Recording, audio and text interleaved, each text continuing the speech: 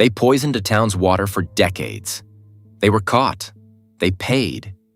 Then they did something even worse.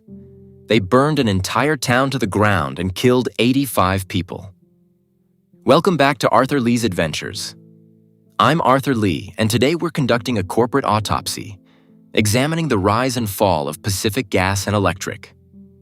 Over the next 13 minutes, we'll examine 10 critical moments that transformed Pacific Gas and Electric from a $45 billion giant into ruins. After 35 years watching companies rise and fall, I thought nothing could surprise me. I was wrong. If you're fascinated by how empires fall, subscribe and join me every week as we uncover the stories behind the headlines. Fact number 10. Pacific Gas and Electric Company was formed in 1905 through the merger of three companies: California Gas and Electric Corporation, San Francisco Gas and Electric Company, and Pacific Gas Improvement Company. This merger created California's largest utility monopoly with 200,000 customers across Northern California. The timing was perfect. California was booming and electricity was the future. The company's aggressive expansion strategy would transform it into an essential public service. But here's what you need to understand. From day one, PG&E was designed as a monopoly. No competition, no alternatives. When you're the only game in town, accountability becomes optional. Fact number 9. After the devastating 1906 San Francisco earthquake and fire destroyed most of the city's infrastructure, PG&E restored electricity to 25,000 customers within just 6 weeks. Think about that for a second. An entire city destroyed, and they rebuilt the electrical grid in 6 weeks. This rapid recovery effort established PG&E's reputation as an essential public service and earned massive public goodwill. The company's heroic response created a public trust that would later shield it from scrutiny when safety issues emerged. When you save a city, people remember. They trust you. And that trust? That became PG&E's most valuable asset, and eventually, their most dangerous weapon. Fact number 8. Between 1957 and 1985, PG&E invested over $14 billion building the Diablo Canyon nuclear power plant. In today's money, that's $14 billion. The plant became California's largest single source of electricity, generating 8.6% of the state's power and making PG&E the nation's largest nuclear utility operator.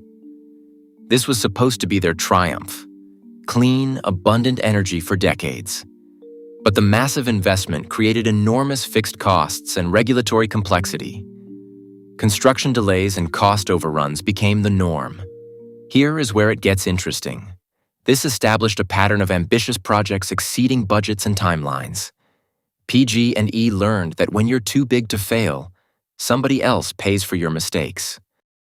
At this point, Pacific Gas and Electric was worth $45 billion. 114 years of work. What happened next would destroy it all in decades. Fact number 7. Internal PG&E documents revealed the company first discovered hexavalent chromium groundwater contamination at its Hinkley compressor station in 1965. But here's what makes this truly extraordinary. They continued using the carcinogenic chemical for corrosion control and failed to notify residents for over 20 years until 1987. Let that sink in for a second. 22 years of poisoning a community's water supply. The company's internal communications showed executives calculated that cleanup costs and legal settlements would be cheaper than switching to alternative corrosion control methods. You cannot make this stuff up. They literally did a cost-benefit analysis on human lives and decided the math worked in their favor. Fact number 6. In 1998, PG&E aggressively lobbied for California's electricity deregulation, selling off its power plants for $4.1 billion to focus on transmission and distribution. The leadership believed deregulation would increase profits by eliminating regulatory oversight while maintaining their transmission monopoly. Instead, the company lost $9 billion when wholesale electricity prices soared 1,000% during the 2000 to 2001 energy crisis. Think about that for a moment. 1,000%. That forced PG&E's first bankruptcy. The company had become vulnerable to market manipulation by companies like Enron. Corporate lobbying had backfired catastrophically. Sometimes when you get exactly what you ask for, you realize you never understood what you were asking for. Fact number 5. A 2009 PG&E internal audit identified significant safety concerns about aging gas pipeline infrastructure. The audit specifically noted that 152 miles of transmission pipelines had unknown or uncertain material specifications. But executives failed to prioritize replacement of the 1956 pipeline that would soon explode in San Bruno.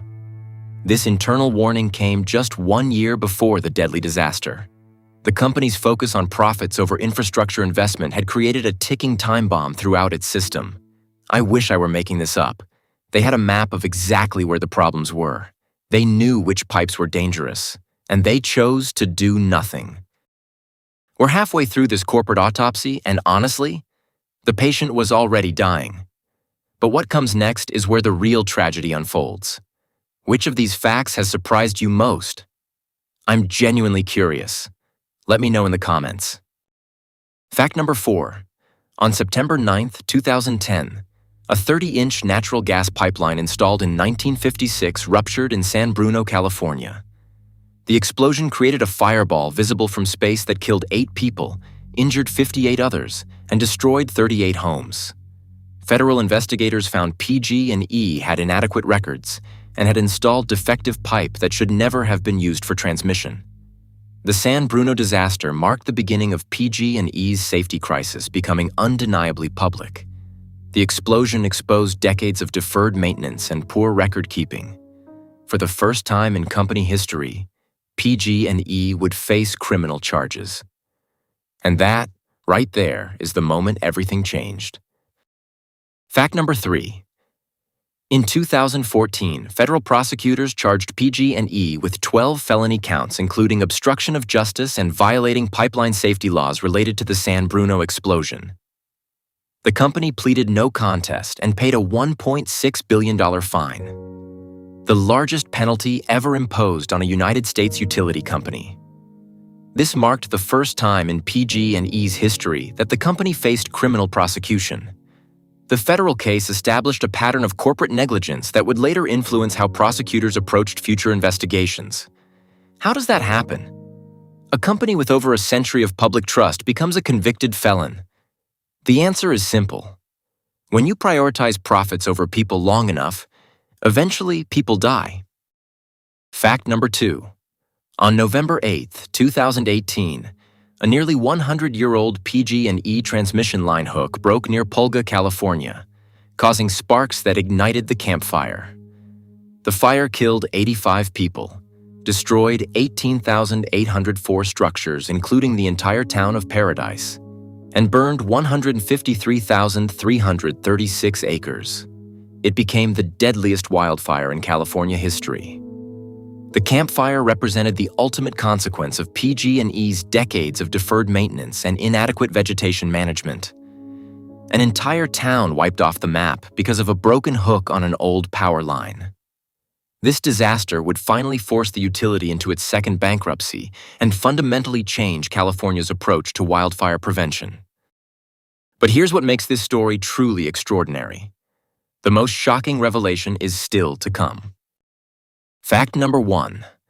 During a January 2019 bankruptcy hearing, PG&E CEO Bill Johnson directly admitted the company's equipment caused the campfire and was responsible for 84 deaths, later updated to 85. Johnson stated, and I quote, "PG&E's equipment has ignited fires that have resulted in deaths and the destruction of homes and businesses." This unprecedented corporate admission of responsibility for mass casualties marked a turning point in corporate accountability. Johnson's statement was used as evidence in subsequent criminal proceedings and civil lawsuits.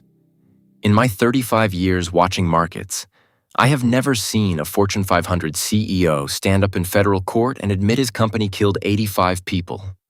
That one keeps me up at night. So what happened to the key players?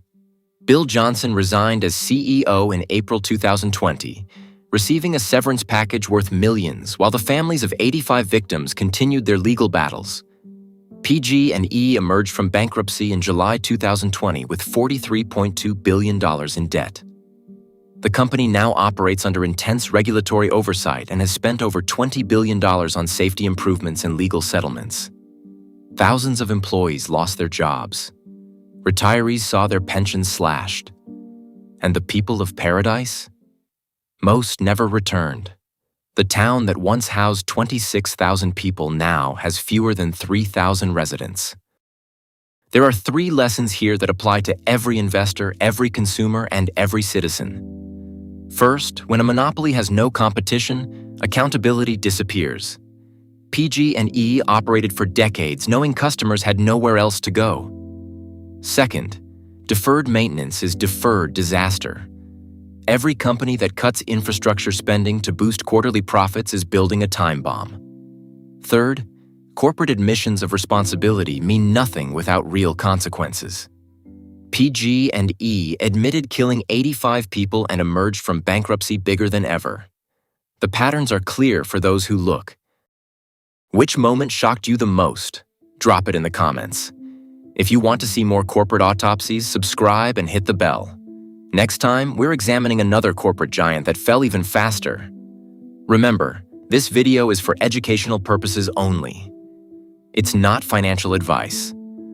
Always do your own research and consult professionals before making any investment decisions. That's another chapter of business history uncovered. The patterns are clear for those who look. Until next time, keep exploring.